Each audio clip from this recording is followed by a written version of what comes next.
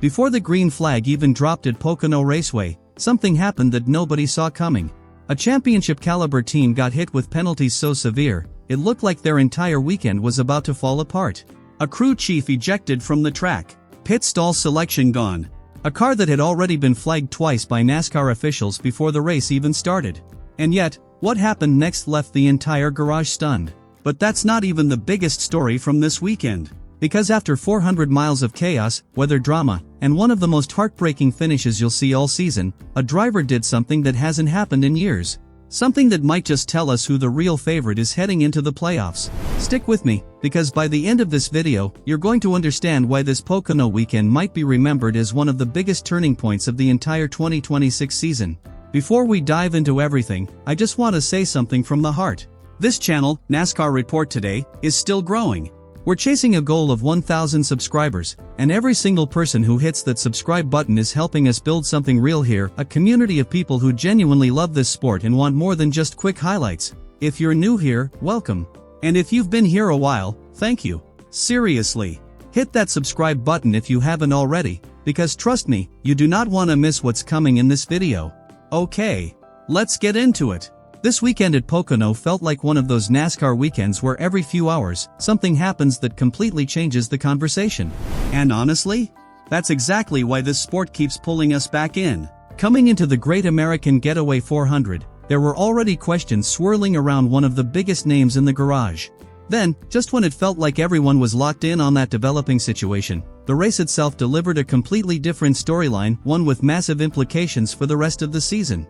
Two completely different stories, but both connected to the same theme we keep seeing over and over right now in the Cup Series, momentum. Some drivers are finding it, some teams are desperately trying to hold on to it, and some championship contenders are suddenly facing problems they never saw coming, right as we head into one of the most important stretches of the entire year.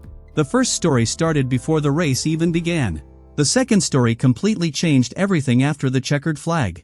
And trust me, NASCAR fans are going to be talking about both of these for days. Let's start with the story that broke before a single lap had even been run. This was not the kind of headline Hendrick Motorsports wanted heading into race day.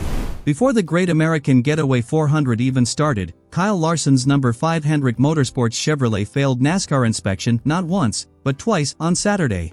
According to Kelly Crandall from Racer, that immediately triggered penalties from NASCAR. As a result, the number 5 team lost its pit stall selection for the entire weekend, and car chief Jesse Saunders was ejected from the track. And here's the part that made it even worse for Hendrick Motorsports, it wasn't just Larson's team.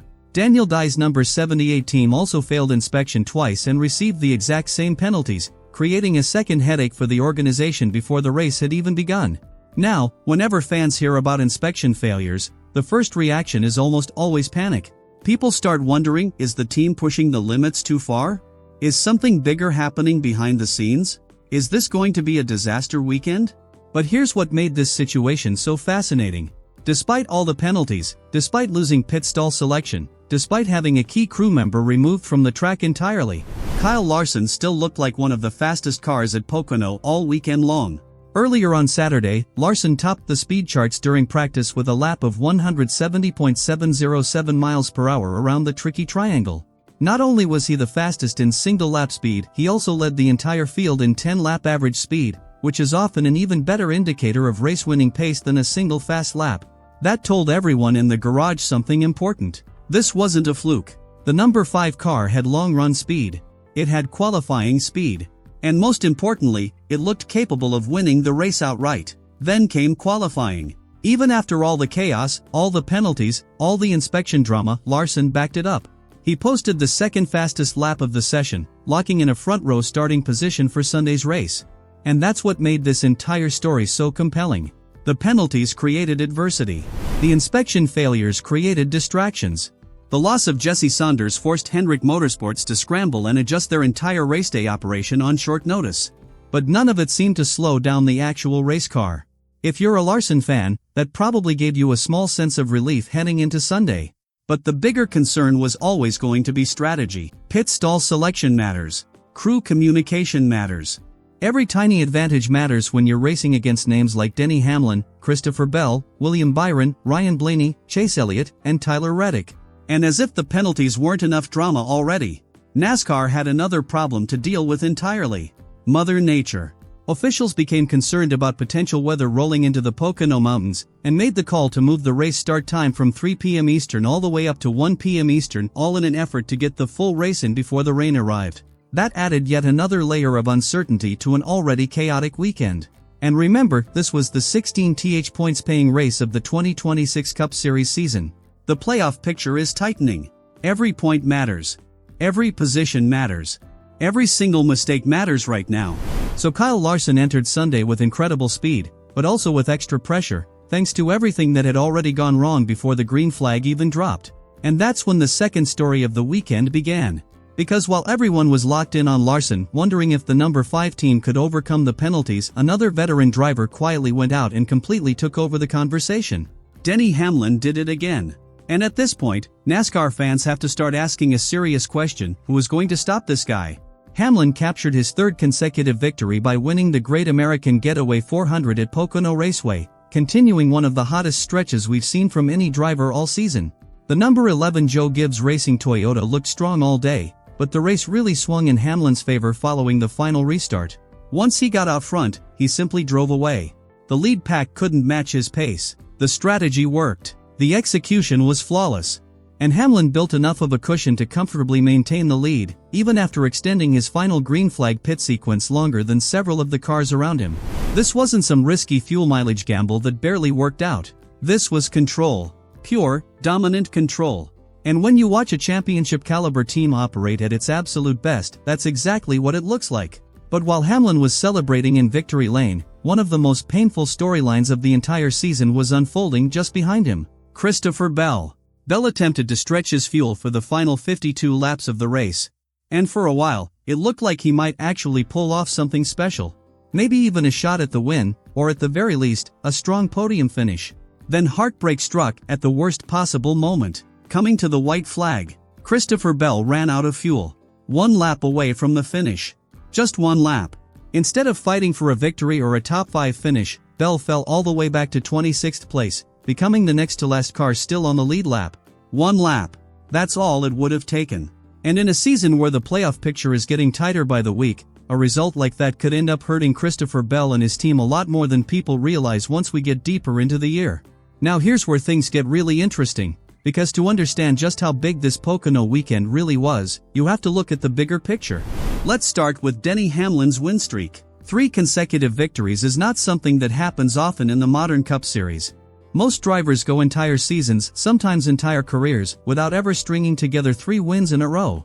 The level of consistency, execution, and raw speed required to do that is extraordinary. And for Hamlin, a veteran driver who has chased a championship for years without ever lifting that trophy, this kind of stretch is exactly the type of momentum that championship runs are built on. Now think about Kyle Larson for a second. This isn't the first time Larson has had to fight through adversity and still come out on top. Throughout his career, Larson has built a reputation as one of the most resilient drivers in the garage, someone who can absorb a setback, whether it's a penalty, a mechanical issue, or a bad qualifying run, and still find a way to be competitive by the end of the day. Finishing 5th at Pocono, after everything Hendrick Motorsports went through before the race even started, is exactly the kind of result that reinforces why so many people consider the number 5 team one of the strongest organizations in the entire garage. And then there's Legacy Motor Club. This was, without question, one of the best days the organization has had in a long time. John Hunter Nemechek led a season-high 42 laps and brought home a 4th-place finish, a massive result for a team that has spent a lot of this season fighting just to stay competitive. Meanwhile, Erik Jones finished 6th, gaining valuable ground as he continues his push toward the playoff cutoff line. For an organization like Legacy Motor Club, a weekend like this isn't just a good result on paper.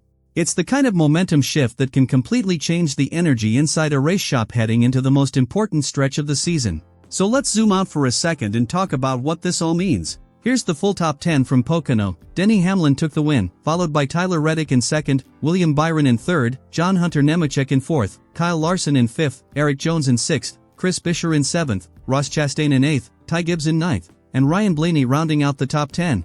Just outside the top 10, Chase Elliott finished 11th, Chase Briscoe 12th, Daniel Suarez 13th, Austin Cindric 14th, Ricky Stenhouse Jr. 15th, Riley Herbst 16th, Michael McDowell 17th, Austin Hill 18th, Todd Gilliland 19th, and Carson Hocevar 20th. Further back, Bubba Wallace came home 21st, AJ Allmendinger 22nd, Connor Daly 23rd, Cole Custer 24th, Austin Dillon 25th, Christopher Bell 26th, Alex Bowman 27th, Ryan Preece 28th, Daniel Dye 29th, Cody Ware 30th, Shane Van Gisbergen 31st, Ty Dillon 32nd, Josh Berry 33rd, Joey Logano 34th, Casey Mears 35th, Noah Gragson 36th, Zane Smith 37th, and Brad Keselowski 38th. Now think about what this race actually told us. Kyle Larson showed incredible speed despite facing adversity before the race even started. Finishing 5th, after everything that happened with the inspection penalties, proves once again that the number 5 team remains one of the strongest organizations in the garage even when things go wrong before the green flag. But the bigger headline belongs to Denny Hamlin. 3 straight wins. Another dominant performance. Another statement victory.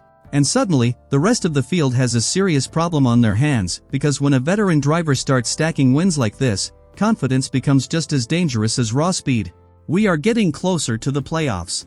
The pressure is rising every single week. Championship contenders are starting to separate themselves from the rest of the field, and right now, Denny Hamlin looks like a driver who genuinely believes this could finally be his year. So here's the question I want to leave you with. What impressed you more from this Pocono weekend, Kyle Larson overcoming a brutal penalty situation to still finish inside the top 5, or Denny Hamlin winning his 3rd race in a row and looking like the most dangerous driver heading into the playoffs? Drop your thoughts down in the comments. I read every single one, and honestly, some of the best conversations on this channel happen right there in the comments section. And if you enjoyed this breakdown, if you like honest NASCAR analysis, deep storylines, and coverage that actually explains why these moments matter, not just what happened, then do me a favor. Hit that like button, and if you're not subscribed yet, subscribe to NASCAR Report today. We're still building this channel, and our goal of reaching 1,000 subscribers gets a little closer every single time someone decides to join the community. It genuinely means a lot. Thanks for watching, and I'll see you in the next one.